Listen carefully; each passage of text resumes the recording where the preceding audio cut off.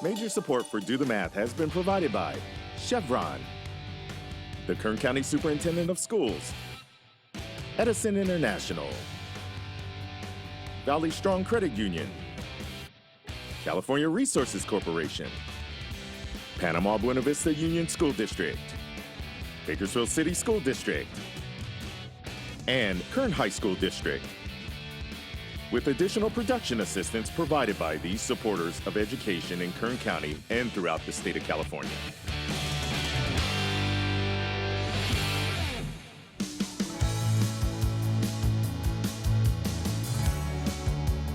Today we're at Buttonwillow School, home of the Roadrunners, and we're here to...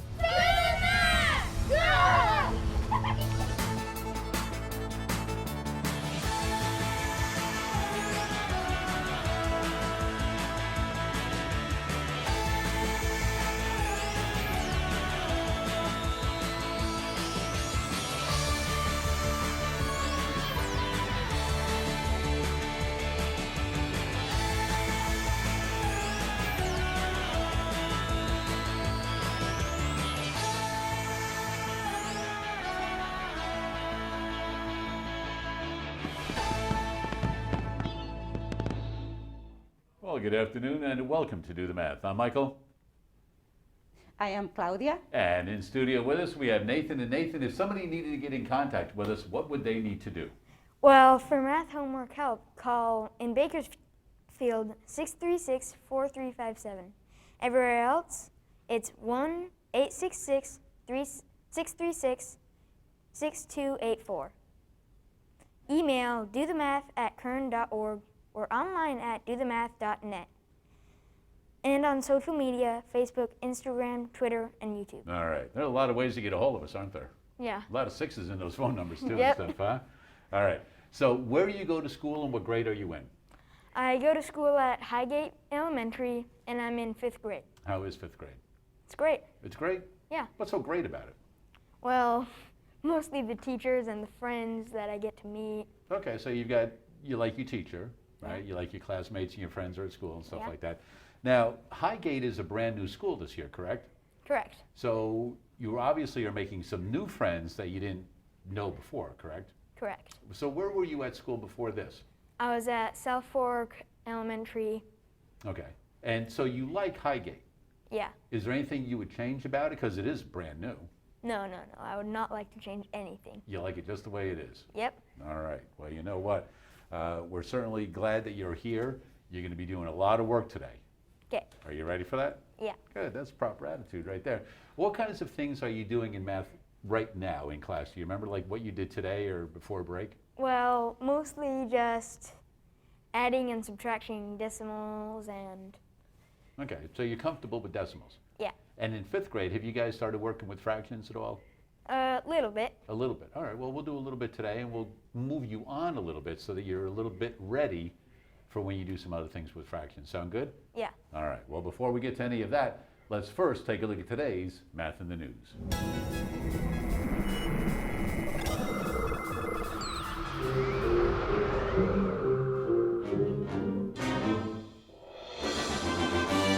All right, well, today's Math in the News comes right out of the Bakersfield, California. This was an article that I was looking at. It must have been Sunday's paper. Do you know what today is? Today's Tuesday. It is Tuesday. Do you know the date? It's... don't know. January 4th. And, well, do you have any other idea what today might be? Like, today is a day. It's not like Flag Day or Columbus Day or things like that, but it is... do you have any idea what it might be? No.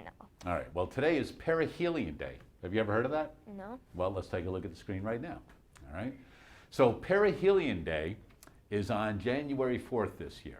All right. And that you can see a picture of the night sky, but we'll go ahead and look at the graphic that we have on the screen right now. It occurs about 2 weeks after every December solstice. And on this day, Earth's center is approximately 91,402,500 miles from the sun's center. Did you have any idea that's how close the Earth and the sun were? No, because I don't really learn about that. Yeah, I mean, do you guys do space science in 5th grade, or have you studied space at all, like the solar system and planets and things like that? don't think so, at least not that I remember. Okay. Well, if you do in 5th grade or if you do in 6th grade, and I know you will in 7th or 8th grade, you put this in the back of your head and you go, hey, when's Perihelion Day coming up, right? And your teachers will go, how do you know about that, right? So anyway, today is Perihelion Day, and we can see on the graphic right here that the Earth is closer to the sun right now. And that throws a lot of people off because it's wintertime and it's colder, all right? And they think, well, it should be warmer. Well, there's a difference there, okay, because of the tilt of the Earth's axis, okay? So we can see how far away the Earth is during different parts of the year. So we can see that in January, on the far left, it's closer to the sun than other times of the year, right? Yeah. Okay, so that's why it is Perihelion Day. It is the closest to the sun right now. And in July, it's the farthest away from the sun, okay? And this is why we have seasons, all right? Yeah. So we can see angles matter with the seasons, not the distance, okay? So we can see the sun and then the angles that it is hitting the Earth at. And that's why in the southern hemisphere, you've got summer right now. Yeah. Which is why in Australia, it would be like it would be here in July. Yeah. All right, so it's just opposite. And then the graphic over here, you can see the same thing. You can see when it is, so right now, it is a northern winter. So it's winter in the northern hemisphere, summer in the southern hemisphere, okay? And the big thing about this is that here's the solar system, and you're familiar with the solar system, right? I don't expect you to memorize all the planets, but you know that Earth is the 3rd planet from the sun, all right? So Mercury and Venus are closer. Mars is close to the Earth, which is why there's a lot of exploration going on with Mars. Were you familiar with any of that stuff going on last year? Yeah. The rovers and stuff like that? And so the graphic that was in the newspaper, part of the article, we'll go back to this graphic right now. And the reason we bring this up is because you'll be able to see 4 different planets in the night sky at about 5:30 looking southwest. So when the show is over at 5 o'clock and you're on your way home, if you think about it, 5:30, 6 o'clock, you look up in the sky, you look towards the southwest, and if it's not too cloudy or things, you will be able to see 4 planets. All right, so there's going to be Jupiter, Saturn, Mercury, and Venus, all kind of in a line that you will be able to see them in this night sky on Perihelion Day. And once again, it has to do with angles, not distance, as far as the seasons and things like that. And that is today's Math in the News. So, kind of interesting, don't you think? Yeah. Perihelion Day, I liked it. I thought it was kind of interesting, and how this thing happens and why the seasons are, as far as solstices and things like that. And then you can get into equinoxes and all sorts of big stuff that you can get into with science. But anyway, 636-4357 is the phone number. We do have phone tutors available most Tuesdays and Wednesdays throughout the regular school year. So if you've got a math problem you're working on for homework, preparing for a test, or perhaps you got a pretty good handle on what you're doing, but you just want to make sure that you didn't make any mistakes, that's exactly what we're here for. So in studio, we've got Nathan. You ready? Yeah. All right, over to the board, young man. You and Claudia are going to be working on some decimals right now. Yes. All right. So where you place these numbers is going to be critical. All right. So what I'd like you to do is, Claudia, maybe up on the very top, I want you to write out this equation vertically. Okay. All right. So we're going to go 41.1. Excuse me, Nick. 41. 0.1 plus 29.719. 7,900. 719, I'm sorry. So let's put a 1 in between the 7 and the 9. Okay. Yeah, you can just erase it with a tip there. So 719. So Nathan, what I'd like you to do is take that problem right there, and you may rewrite it, but I'd like you to solve that problem for me and explain to me what you're doing at the same time. And if you need help, Claudia's right there. Okay, so we're gonna put the 41.1 right up here and the 29.719 right there. So the numbers are aligned correctly, so we can actually subtract. and, well no, add, not subtract. And the 9 can't be added with anything, so put that down there, and the 1.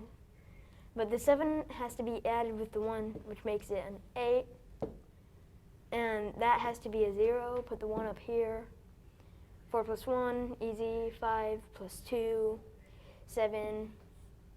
And is that a, oh, that's a 4. Wait, what's that? Okay, that's a 2, never mind. Oh no, that's an addition, never mind, sorry. So here's your answer, 70.819. All right, nicely done. So can you explain to Claudia the place values of those numbers? Okay, And read it a different way instead of 70.819. Yes.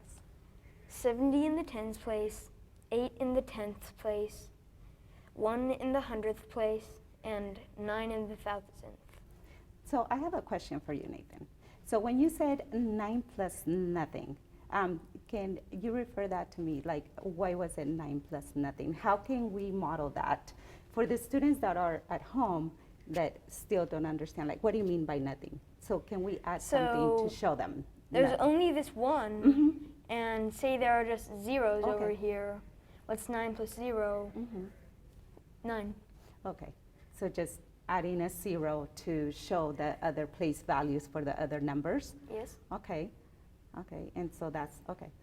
And then when you did the 9, so let's go ahead and look at your ones, just the ones place after the decimal. So when you said 9 plus 1, so what was your answer there? 9 plus 1? My answer was 10, Okay. but we can't put 10 in the ones place, so we had to put a 0 and a 1 right there Okay, carry over your 10 into what place value? into the tens. Okay. And then 4 plus 2 plus 1 equals 7. 7 what? 7 tens. Oh, okay. Now, can you read that number to us one more time and your answer? 70 and 819. 19. In what place is the last number? The last number is in the 1000th place. So it would be 819 what? 1000th. Oh, okay. There you go. That's Thank what I you. was looking for them to go 819,000. There you go. Nicely done. Thank you, nicely All right, young done. man, erase the board. Do you know how to get rid of the whole board at once? Yep. Ah, very nice. All right. Claudia, I'm going to give you another problem if you want to go ahead and write it vertically on the top for us, Okay. or horizontally, I'm sorry. Okay. 98.33. 98.33. Minus 55 and 7/10. All right, Nathan, have at it. So you have to do the same thing we did with the addition, except for now it's subtraction.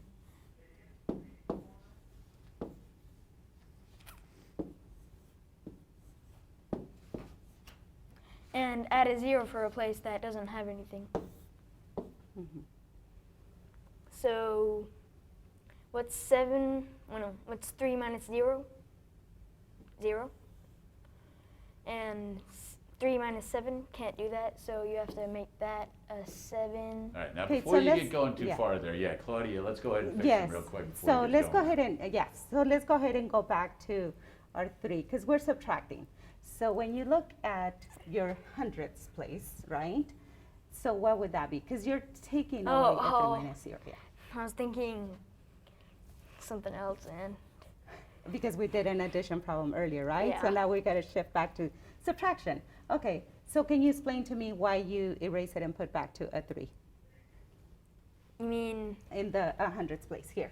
Just because 3 minus 0 is 3, and I accidentally miswrote and put 0. Okay. Okay. Now let's move on to our next place value and then see what you're going to do there. So yeah, the 7, the 8 turning into a 7, but we can't just leave the 3 like nothing. We have to make it 13. So I have a question for you, Nathan.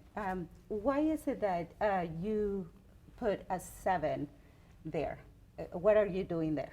Well, I was taking one from the ones to make room for the tenths. Okay. And To so why subtract. would you do that?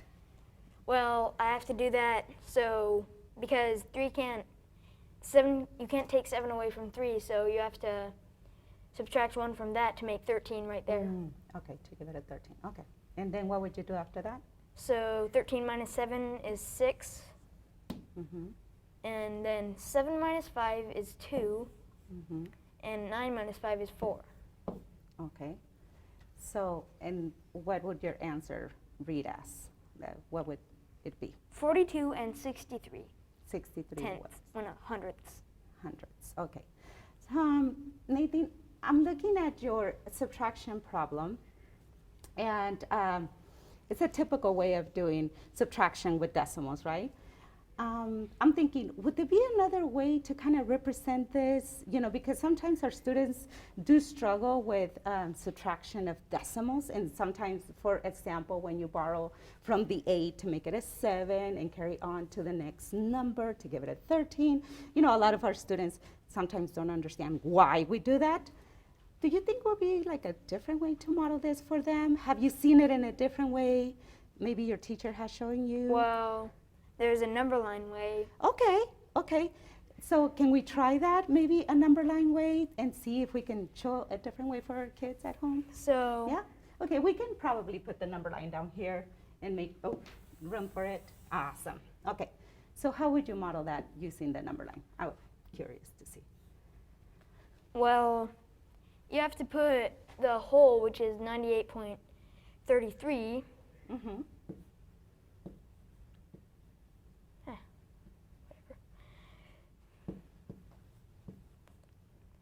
And we have to make a big jump, basically going to minus 55.70. So I have a question for you. So looking at the number line, which is a beautiful tool to use to model this subtraction with decimals, right? And to making this huge jump with counting back, you know, 55 and 70 hundredths. Instead of making this big jump, can you make, you know, just short jumps, maybe? And then, so it wouldn't be as complex. Would you be able to do that? Yeah. Do you think? And then before we make like the whole, we'll get to the 55 and 70 hundredths, but would it be a way to make like shorter jumps before that? Yeah. What do you think? So first you subtract these. Okay. So you go down minus 0.7, Okay. little jump, and make a bigger jump for minus 5, Okay. and then make another bigger jump for minus 50. Okay, so just counting back. Okay. All right. And that should get you the answer of 42.63. And that's where we will stop? Yeah. Okay. So Claudia, do you have another way to show him what Yes. you want to do? So yeah, Yes. let's go That's- ahead and we'll bring the board down a little bit. Mm-hmm. Okay, so that's what I was a little bit curious to see how you did your subtraction. So would you mind, I'm gonna go ahead and model a little bit of the number line, Okay. and then just do it together, and what do you think of maybe learn something new Yeah. here? Okay, so Mike, can I look at the problem one more time so I Yeah, it can was write it on the 98.33 98 and 33 hundredths. minus 55 and 7/10. Okay, I'm gonna put it like this, minus 55 and 7/10. Okay, perfect. So I'm just gonna go ahead and model, so if you give me a chance, I'm gonna go ahead and put a number line here. Okay, just like you did, right?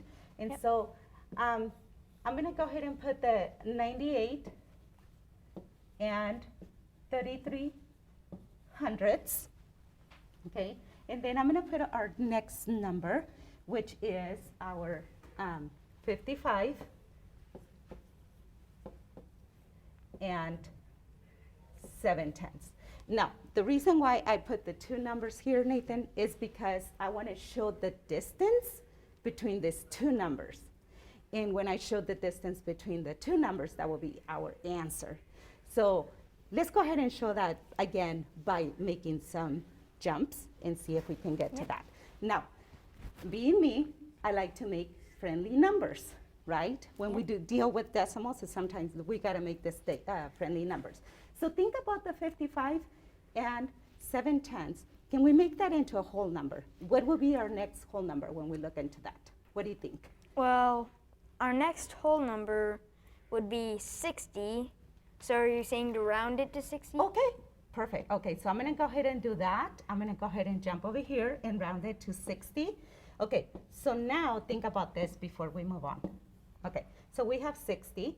Okay, so how much did I jump, or what was the distance between 55 and 7/10 to get to 60? You jumped 4.3, whatever they are.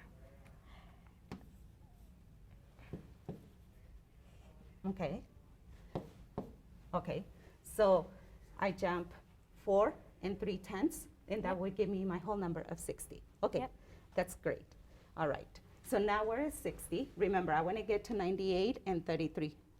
Okay, so from 60, can I make another jump? Then maybe, we can make another whole number. Well, you mean from 98 rounding Well, it to... if we're at 60, I can make another whole number, and get all the way close to 90. So if I go here and I make my jump all the way to 90, just trying to show the distance. What was my jump from 60 to 90? Your jump was adding 30. 60 to 90, what was it?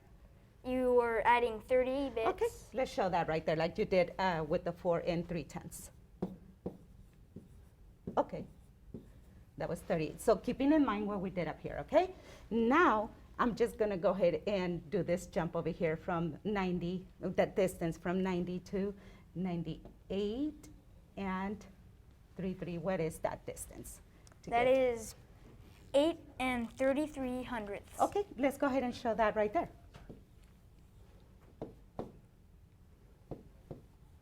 Okay, now here's the cool thing about addition and subtraction of decimals. Even though we are subtracting, what we're finding out is the distance between 55 and 7/10, 98 and 33/100. But see how we made this jumps in order to get that?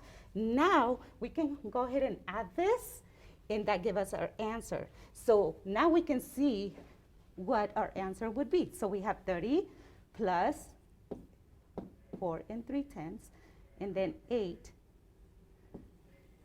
and 33/100.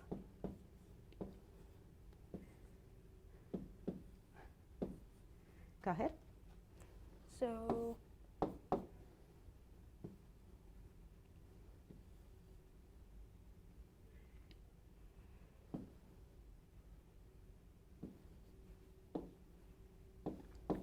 So Nathan, what is our distance again? Can you read that to us? our distance is 42.63. 63 what? 63/100.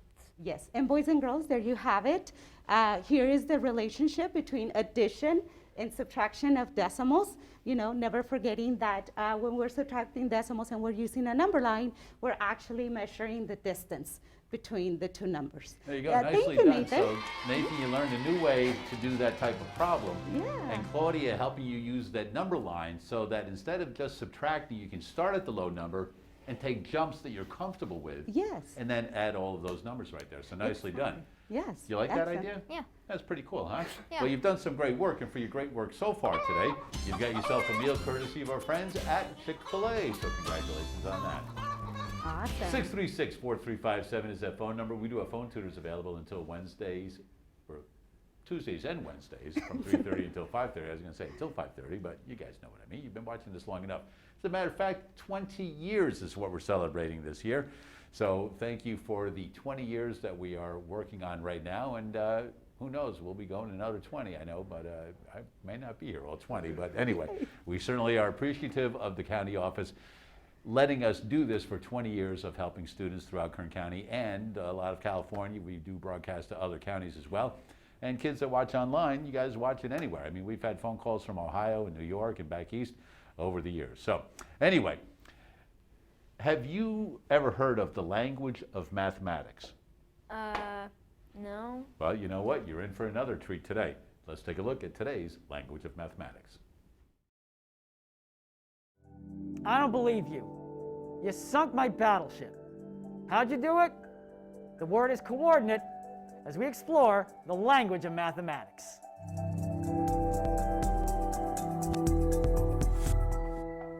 You've played the game Battleship before, right? You have somebody you're playing against, you set up some boats on your side, and you have to guess where your opponent's ships are and sink them to the bottom of the water. Well, how do you make your guess? You can't just say, maybe somewhere towards the middle, but a little bit off to the left, and maybe a couple of inches from the right, from the top. You got to be precise. And so the way that you make your guess is with a pair of figures. A letter to represent a row, and a number to represent a column. For example, D7. Okay, that was a miss. I'll get you next time. But that was how I was able to precisely communicate exactly where I thought my guess would be. Through a system of two locations that intersect, I was able to give you a coordinate set. Let's talk about the word coordinate, which comes from a combination of English and Latin roots. Co meaning together, and ordinum coming from Latin meaning order or rank. So put together, these pieces refer to an early definition of order together.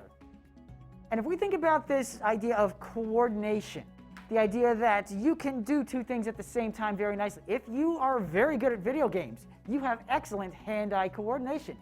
The ability to look at something with your eyes, but also to manipulate controls with your hands without looking down at the controls themselves. If you're coordinated, if an effort is coordinated, that means multiple pieces are working together to make something happen. And when we coordinate events, we put them together and we're able to organize a lot of different pieces in order to make it happen. Now, when we talk about coordinates in math, we're referring very specifically to location. In particular, coordinates are sets of values used to communicate or identify a location. It's a tool of communication, and this has applications across any type of map or space that you can fathom. If you're on Earth, and I hope that you are, we can identify your exact location by using a set of coordinates. Basically, a combination of angle measures or values related to how far north or south you are from the equator and how far east or west you are from an imaginary line that runs north or south from the poles through the city of Greenwich in the UK, latitude and longitude. If you have both of those, we can find exactly where you are on the surface of the Earth. You want to go big picture, astronomers have actually designed and utilized for hundreds of years a system for galactic coordinates within the Milky Way. We can identify where a star or a constellation or celestial body is by using the angle at which it appears through the sky compared to its location along an imaginary line that runs between the sun and the Earth. It's a set of two values used to communicate a precise location. Now, if you're in elementary or middle school, when we talk about coordinates, we're going to do so through the lens of finding a point on a flat surface known as a coordinate grid. So how do we express where that location might be? We start from a central beginning point as a reference known as the origin. From there, we're able to express how far across an x-axis that point is from the origin, and then how far up we are from that axis along the y-axis using two values. So in this point, 2, 4, this coordinate pair, we're able to express a point that is located 2 spaces or 2 units to the right of the origin and 4 spaces above the origin. So anywhere you need to be, or if you need to communicate where you might be to someone to find you, make sure you know your coordinates. Join us next time as we continue to explore the language of mathematics. And thanks to Devin for a little bit of information on coordinates. And Nathan, have you ever played Battleship? Yeah. And that's kind of like that, isn't it? Yeah. Right? So you need to know the coordinates and things like Yeah. that. So there's an example of it right there. All right. In the studio, we have Claudia, and we also have Nathan, a 5th grade student from Highgate Elementary, a brand new school. And Nathan said you would not change anything about that school, would you? No, I would not. You like it just the way it is? Yeah. All right. Claudia, this is your first time on air with us also. So kind of explain for everybody watching where you work. I mean, you work in this building, so Yes. kind of explain that, what you do for the county office, and kind of how you got into it a little bit. Yes, so I am one of the math coordinators here for the Kern County Superintendent of Schools. And what I do is I work with many different districts and schools, and what we do is we help and support the districts with the math, and with the different, we support with the development of math. Like, for example, we do sometimes talk about math talks, and then how to incorporate that into the classroom, and then the reason why, and all of that. So we just work, again, with many districts, and I started in July, so I'm fairly new into this position. Before that, I was at Bakersfield City School District as a math instructional specialist, and so I work with, again, with all the schools and principals and teachers. And I did similar job, right? Support teachers with the math. So I enjoy being here. It's a little bit different. Yeah, well, I got to do the math for the Well, you've first been doing time. math for a number of years with the city Yes. schools and with the county, and that's why we've got you on here now Yes. to do the math with us here on Do the Math. Yes. Um, I love math. Math is my love and my passion. I was a math teacher before that for math and science for many years. But I came here and then I learned that, there's this show, Do the Math. By the way, I knew about Do the Math way before because they recorded in my classroom about 10 years ago, 13 years ago. Yes, it was in my classroom when I was a brand new teacher. And Okay. you guys actually went into my classroom, recorded my students and everything. Yeah, Do the Math. We go out to a lot of classrooms. As a matter of fact, we're going to be showing one in just a couple of minutes. But I just never knew I was going to be here one day. You never can Here I tell. am. You know what? One of your cohorts, Mary Lou, we went into her class one time because her class won a contest. And now we've got her on Do the Math, and she works for the county office as There well. you go. So you never know where these things are going to turn. Exactly. But anyway, I know that you are also part of the, is it the Kern County Math Council?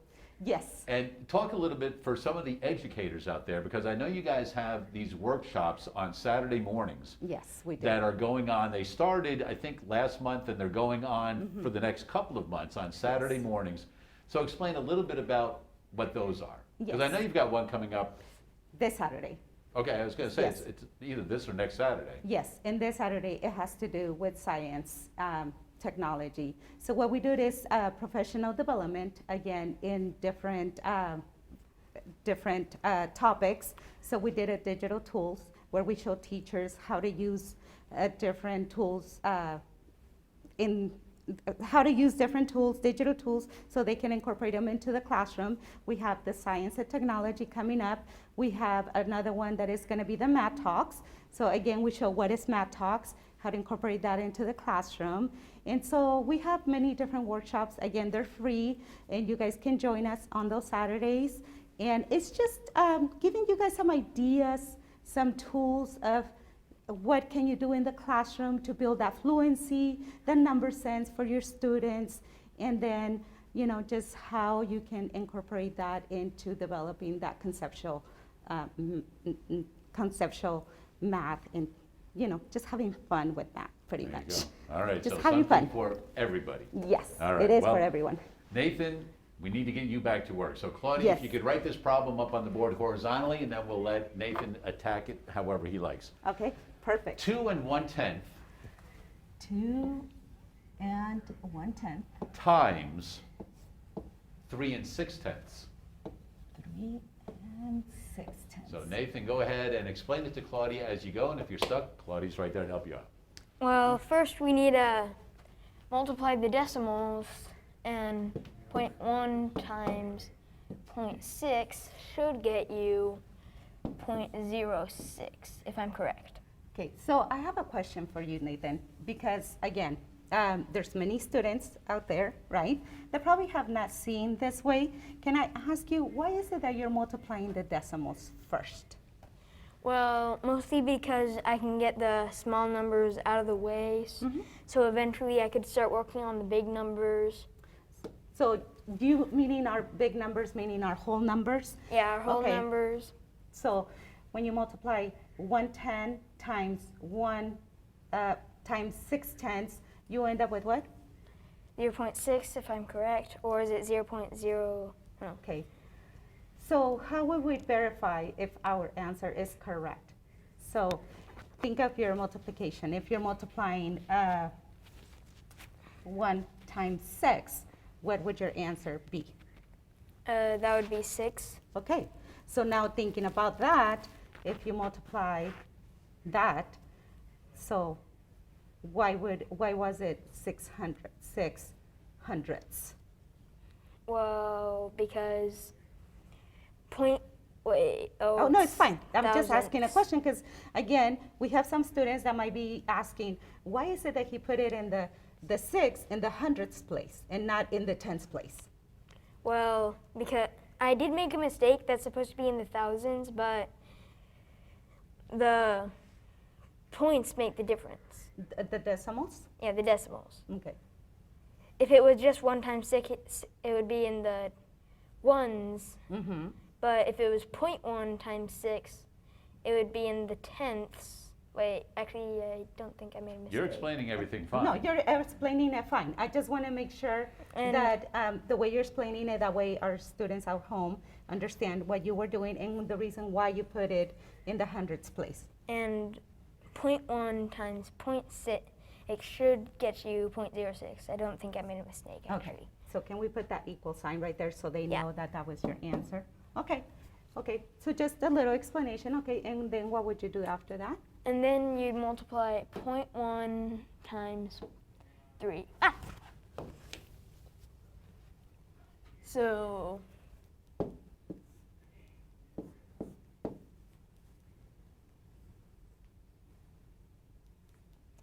that should get you 0.3 because 1 times 3 is 3, but the decimal is there, so it should get you regular 3. So, You want to just go ahead and put it right over here next to that way we can, okay. So when you say 0.3, what does that mean? It What mean- place value is that? it means that it's in the tenths place. Okay, so 3/10. And you got 3/10 because, Because of the decimal and Okay. not just 3. okay, And next we would want to multiply 2 times 0.6. okay. And that should get you 1.2 Okay, or 12/10. okay. 1, you want to put the equal sign Oh, in yeah. there? And Keep then show, forgetting. okay, can you tell us again what was the answer there? 12/10, also known as 1 whole and 2/10. Okay, so 2 and 6/10, 1 and 2/10 are, what were you thinking of? Like, I know you got your answer, but can you explain, like, how do you get the 1 Well, and 2/10? Just regular 2 times 6 would have gotten you 12, but Okay. again, there's the decimal, Mhm. so it just 2. Okay, Oh, no, Excellent. 1.2. thank you. It's just clarifying it again, right? Okay, keep going. And next, for the final question, there is no decimals. It's 2 times 3, which should be easy. It equals 6. Okay, and then what would you do after that? So we'll add it all together. Plus 0.06 plus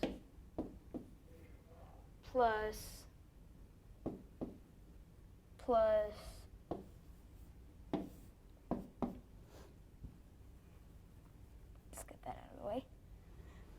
It Okay, should- so Nathan, thinking about what you did earlier with adding the decimals, what did you do when you were adding decimals? One thing that you did very, very important in thinking about what you're going to do right now. lining them up. Ah, okay. Got Just that to make one sure that we are doing our addition, correctly. So, okay.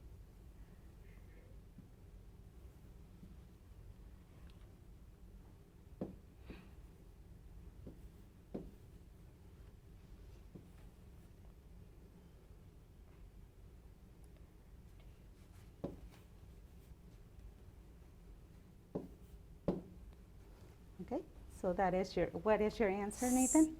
756 hundredths. Hundreds. Okay, Nathan, just kind of looking at your problem right here where you did your multiplication and the way you decompose the numbers to multiply.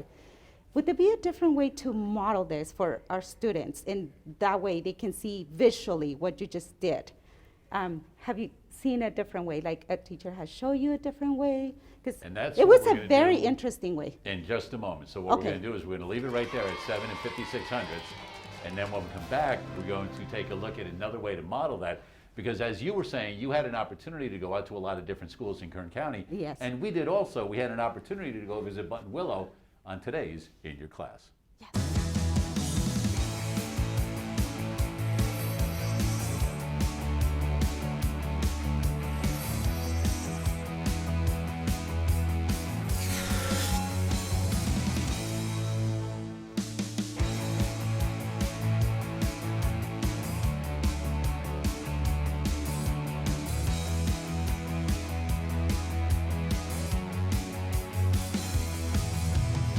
Today we're at Buttonwillow School, home of the Roadrunners. We've got some 4th, 5th, and 6th grade students with us, and we're going to do some math activities. You guys ready? Yeah. All right, let's go ahead and do the first one.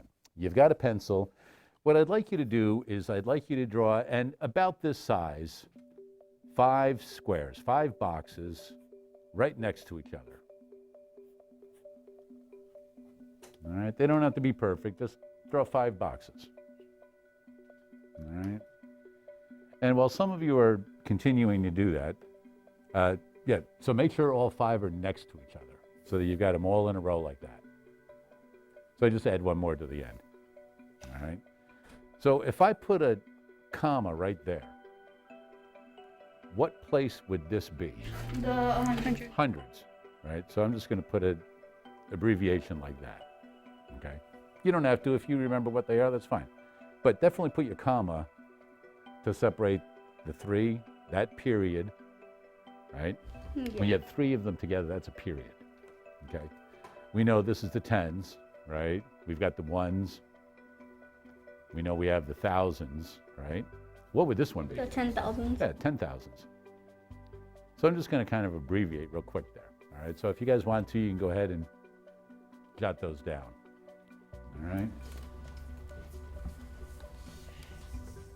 So here's what we're going to do. We have different numbers here, all right? And what we're going to do is we're going to see if we can make the largest number possible. You may choose to put a number someplace different than somebody else, and that's fine. The goal here is to make the largest number possible, okay? So, Hayden, why don't you select any one of these, flip it over.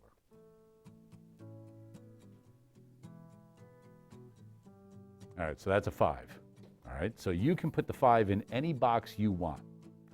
Remember, you want to make the biggest number possible. We know these go 1 to 9. All right, so put the 5 wherever you want. All right, we're going to turn the 5 back over. We're going to shuffle them up a little bit here. All right, so we might pull another 5. We might get something else. But when we're through pulling 5, we want to see who has the largest number. All right? All right, Santiago, flip another one over. All right, there's a 2. So you have to think, where would you want the 2? All right? So I'm going to go here. All right? So everybody has their 5 and their 2? Mm-hmm. All right. Let's mix them up again a little bit. All right. Alexander, select away. 1. 1. Whew. I wasted my 1 spot already, right? Because that 1's the small number, right? So put it wherever you think. I'm going to have to put it there. So your 2, because we want to put up here in these 5 numbers. So the 2 can go anywhere up here you want, and your 1. All right, so while you're putting your 2 and 1, we're going to go ahead and, all right, Caesar, you want to come over here and you can get up or just stretch over wherever. 4. All right, so I'm going to put mine there. I'm waiting to see if I can get a higher number there. I might end up getting a really low number though, and then I'm really stuck. 4? Yeah, 4. 4. All right, Elizabeth, I think you're next, right? All right. The final number, 4 again.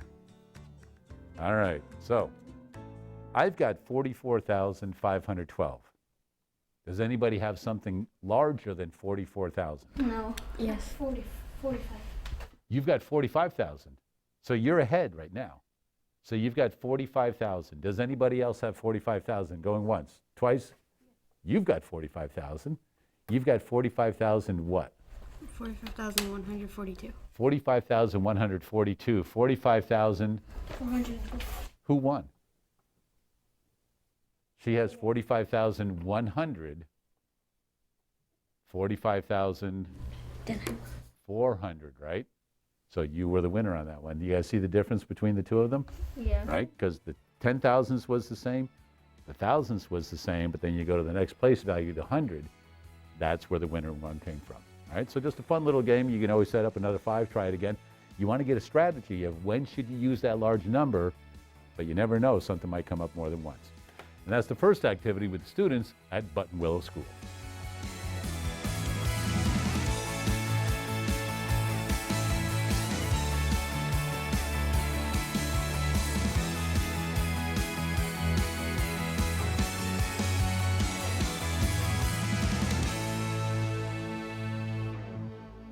And once again, a big thanks to Mr. Packard and all of the staff and students at Buttonwillow. We've been out there a few times and always have had a wonderful time. And once again, with those students out there, we'll check more of those guys out in the next couple of weeks.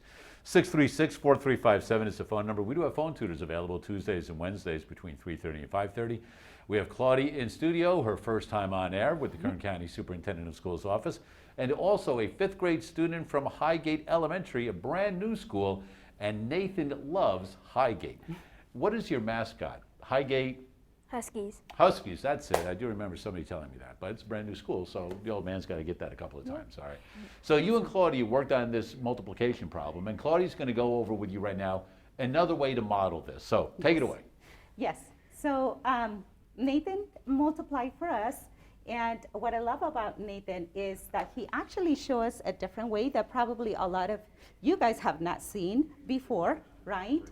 And what I want to do is I want to go ahead and model what Nathan just did when he decomposed this multiplication problem. So Nathan, I'm going to go ahead and use something called the area model, and probably you've seen this in the classroom. So let me go ahead and allow me to show the students what you just did with the area model, okay? Yeah.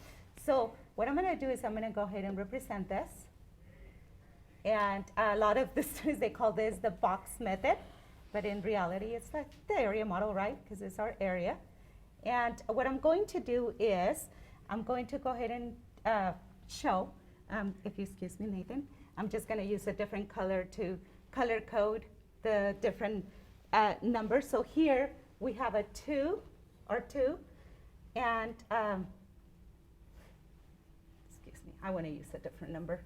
And let's see if I can use the You blue mean a now. different color? Yeah, so if I get the 2, oh, because you have the other pen. Yeah, it's okay. So I have the 2. You can use this one. I can use that one, thank you.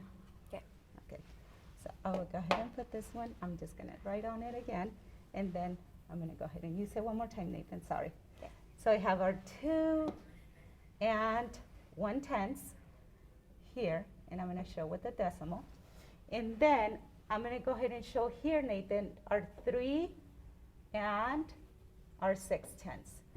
And then let me go ahead and show that I put our decimal into this line. And then I'm going to go ahead and put our line here into this decimal. And then I'm going to make my little area model right here. So Nathan, I just want to show what you just did, okay? And then I'm going to go ahead and model this very quickly for the students. So what you did first is when you multiply the 110 times the 610, you did this, 110 times the 610. So you multiply that, and I'm going to go ahead and put it here because we can see it in our area model here. And so then this is where you got your 6 thousandths, right? Tenths, hundredths, sorry, 600ths. And then this is where you did it here. And then what you did here is you multiply the 1/10 times 3. So now we can see that we have the 1/10 times the 3. So I'm going to go ahead and multiply that here. And this is where you got your 3/10, right? And then Nathan, what you did after that, you multiply your 2 times the 6/10. So we can see there's the 2 and the 6/10, and this is where you got your 1 and your 2/10. And then you multiply your 2 whole numbers, which is your 2 and your 3, and we can see them here in our area model, which that give us our 6. Now, when you have all your numbers into your area model, what you did here, Nathan, is when you went ahead and added them up, and this is where you came up with your 7 and 56 hundredths. So I just wanted to show that a lot of you guys have seen this called area model or box method. So it's pretty much what Nathan did here. All right, nicely done. So that way, a couple of different ways to solve the same problem. And that's not even the way that we were brought up doing the regular algorithm, where we would line up 2.1 and 3.6 on top of each other and just go through it that way. So a multitude of ways to solve the same problem. All right, wonderful to see a lot of different ways to solve that same problem. We'll be back with more right after this. Thank you.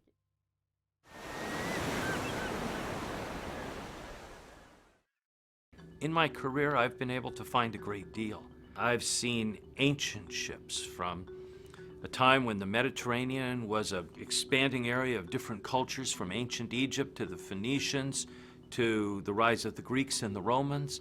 I've worked on ships from medieval periods. I've worked on ships in the Far East, including a fleet that Kublai Khan, the Mongol Emperor of China, sent to try to invade and conquer Japan in 1281. I've been able to work on more modern wrecks too, from Titanic to lost ships from World War II to ships sunk at the end of the Second World War that were lost when they were atomic bombed as the United States was testing this new and powerful weapon. No matter what type of history it represents, no matter how old it is or how new it is, for me, the thing that's most powerful is when I see things on these ships that connect me to the people. Human beings built these ships with their hands. They sailed on them and operated them working with one another. Whether they're up climbing and moving sails and hauling ropes, whether they're down in an engine room shoveling coal or turning a valve, whether they're firing a gun or taking a navigational sighting. In some cases, they're passengers. They're sailing in these ships to start a new life in a new land, or they're exploring, or they're going to fight somebody. For all of that, when they live in that ship, they are their own community. They're a village, they're a town. And when you as an archaeologist dive on those ships, you find the evidence of what they did. And in some cases, you find them. And with that, you learn a great deal, not only about the ship, but about the people. Because ultimately, for me, archaeology isn't about things. It's about people. The progression of how people have changed in response to the oceans, but now how the ocean is changing in response to us, that's where I think it really becomes relevant. More of us need to be out there, bearing witness not just to new discoveries, not just to the past, but to what we see now. We need to share more of the oceans and why they're important with the rest of the country and with the rest of the planet. The way archaeology works is oftentimes it gives us information that isn't in a history book. In some cases, there are no history books. Ancient cultures didn't write books. In other cases, that knowledge has been lost. The books have been burned or they've disappeared. In other cases, archaeology talks about things or talks about people who don't usually get into the books. In the past, much of the history that was written was about men, about white men, about Europeans, about great explorers. You could hear about Columbus in the history books, but what about the Spanish sailors and the Portuguese sailors and the other people that lived and worked? At the time he's sailing, what about all these different people that are out there fishing on the water? What about children? What about women at sea? And what about aspects of history that we haven't heard much about because we either can't read that language or those records are gone?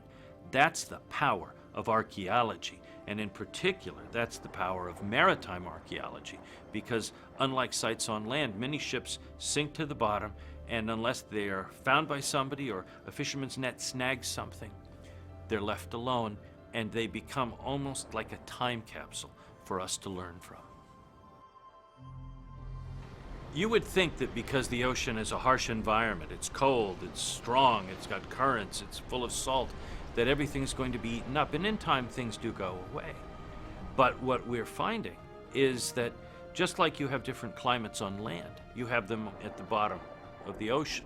So in some cases, the water may be less salty. In the Baltic and in the Arctic, wooden ships are still very nicely preserved. I swam into a wreck in the Arctic, and in those freezing waters, there was a book still sitting on a shelf that you could open and read. And it had been on the bottom for nearly 70 years.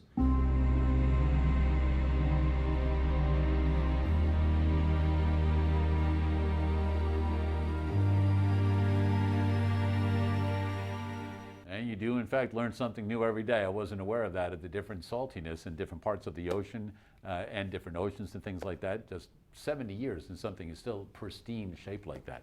Anyway, we have Nathan in studio. Claudia is going to show us in 1 minute how to do that same problem a third way using the algorithm that many of the people watching grew up with. So Excellent. How about it? You've got 1 minute. So we multiply 6 times 1, or 6 times 1 is 10, so it's 6. And then 6 times 2, which would give us 12. And then we move on to our next number. So we're done with the 6. Now we move to the 3. So 3 times 1. Now, sorry, I'm going to put a place value holder here because I'm moving to our next number, which is not a place value. 3 times 1 is 3, and 3 times 2 is 6. Now that I multiply my numbers, I'm going to go ahead and add them up. And when I add them up, 6 plus 0 is 6. 2 plus 3 is 5. And then 1 plus 6 is 7. I cannot forget my decimals. I count how many decimal as I have places. So I have 1 and 2. And then I start from my right to my, counting from my right to my left, two places, 1, 2. And then this is where I put my decimal. There you go, 7.56, 7 and 5600ths, just like you guys got 2 times previous on that. So Nathan, did you learn a little bit of stuff today? Yeah. Well, there's a lot of different ways to do these problems, right? Yeah. Did you have fun today? Yep. Good, that's exactly what I wanted to hear. Don't forget, we do have phone tutors available until 5:30 most Tuesdays and Wednesdays throughout the regular school year. And until we meet again, continue to do the math.